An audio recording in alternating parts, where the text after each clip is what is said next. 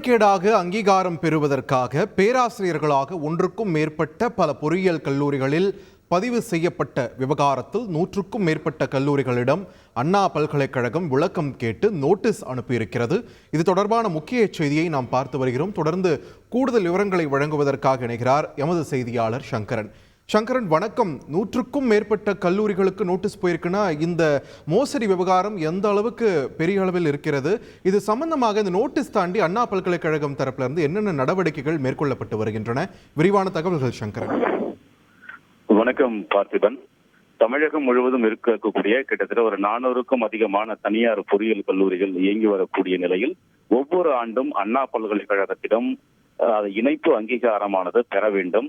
இந்த இணைப்பு அங்கீகாரம் பெறுவதற்காக போலியாக தங்கள் கல்லூரிகளில் பேராசிரியர்கள் பணிபுரிவதாக கணக்கு காட்டி இந்த இணைப்பு அங்கீகாரம் பெற்ற விவகாரம் அண்மையில் வெளிச்சத்திற்கு வந்தது. இதில் இந்த ஆண்டு மட்டும் 124 கல்லூரிகளில் இது போன்ற முறைகேடுகள் நடைபெற்றிருப்பதாக அண்ணா பல்கலைக்கழக துணைவேந்தர் தெரிவித்திருந்தார்.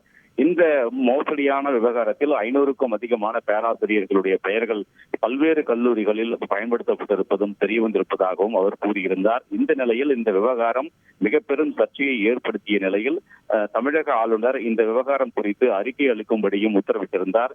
இந்த நிலையில் இது தொடர்பாக ஆய்வு மேற்கொண்ட அண்ணா பல்கலைக்கழகம் மாநில தமிழக ஆளுநர் திரு RN ரவிக்கு இது தொடர்பான அறிக்கையை சமர்ப்பித்திருக்கிறது. அதே போன்று அகில இந்திய தொழில்நுட்ப கல்வி கழகத்திற்கும் இந்த விவகாரத்தில் நடந்தது என்ன, எத்தனை கல்லூரிகள் இந்த முறைகேட்டில் ஈடுபட்டிருக்கின்றன, இதில் சம்பந்தப்பட்ட பேராசிரியர்கள் எத்தனை பேர் என்ற முழுமையான விவரங்கள் அடங்கிய அறிக்கையை அந்த பல AICTEக்கும் அதே போன்று ஆளுநருக்கும் அண்ணா பல்கலைக்கழகம் சமர்ப்பித்திருக்கிறது.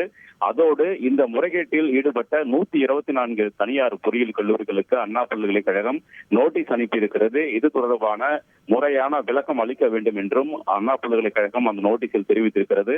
ஒரு 2 வாரங்களுக்குள்ளாக தனியார் சம்பந்தப்பட்ட கல்லூரிகள் அண்ணா பல்கலைக்கழகத்திற்கு அந்த நோட்டீஸில் கேட்கப்பட்டிருக்கக்கூடிய பல்வேறு கேள்விகளுக்கு பதில் அளிக்க வேண்டும் என்றும் தெரிவிக்கப்பட்டிருக்கிறது.